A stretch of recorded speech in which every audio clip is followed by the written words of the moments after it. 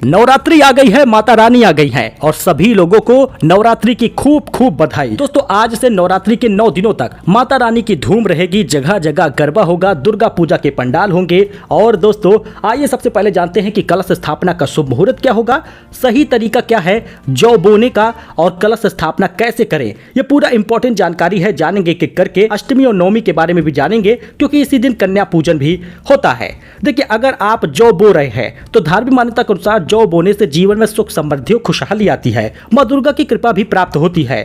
अब अश्विन महीने के शुक्ल पक्ष की प्रतिपदा तिथि 22 सितंबर से आज से शुरू होगी और लगभग 23 तारीख को 2:55 तक रहेगा। उदय तिथि के अनुसार शारदीय नवरात्र आज है, आज से ही लोग पहले दिन का व्रत रखेंगे। और ध्यान ये रहे कि आज कलश स्थापना के केवल 2 मुहूर्त होंगे। घट स्थापना का मुहूर्त स्क्रीन पर आप देख सकते हैं, सुबह 6:09 से लेकर 8:06 तक केवल 2 घंटे हैं जब आप कलश स्थापना कर पाएंगे। लेकिन दोस्तों ये एकदम सुबह होगी, तो अगर आप जल्दी उठते हैं, स्नान वगैरह पहले कर लिए हैं, सारी सामग्री आप 21 तारीख को इकट्ठा कर लिए हैं, तो पंडित जी को बुलाए हैं, तो आपका समय पर सारा काम हो जाएगा। लेकिन अगर थोड़ी सी भी देर होती है तो समय निकल जाएगा, कलश स्थापना सही समय पर नहीं होगा।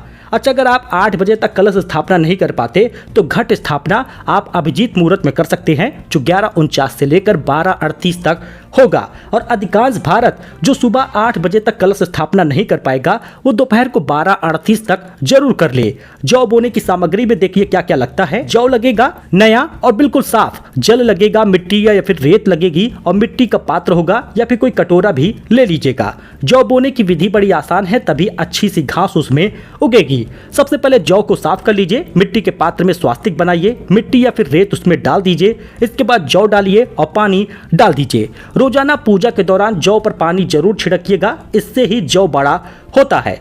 लेकिन इन बातों का ध्यान दीजिएगा, जौ पर रोजाना हल्का जल छिड़किएगा, रोजाना पूजा अर्चना करिएगा, जौ के आसपास साफ सफाई रखिएगा। नवरात्र के बाद जौ को पवित्र नदी में बहाइएगा। देखिए घट स्थापना कैसे करें, स्थापना कैसे होगी। धार्मिक मान्यता यह है कि नवरात्रि में घट स्थापना या कलश स्थापना मां दुर्गा को प्रसन्न करने के लिए होता है और पूजा का पूर्ण फल तभी मिलता है।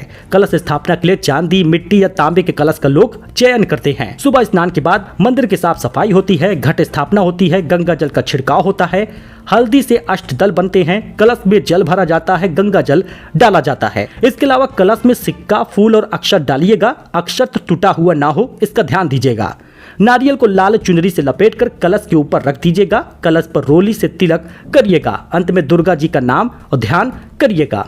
तो कलश स्थापना का ये शुभ मुहूर्त था। बाकी अष्टमी जो है वो 30 तारीख को रहेगी और नवमी 1 अक्टूबर को होगा और विजयादशमी यानी दशहरा 2 अक्टूबर को मनाया जाएगा। तो ये नवरात्रि की कुछ बातें थी, कलश स्थापना के शुभ मुहूर्त की, कलश स्थापना करने के विधि की। मिलते हैं नए अपडेट में एक नई जानकारी के साथ। धन्यवाद।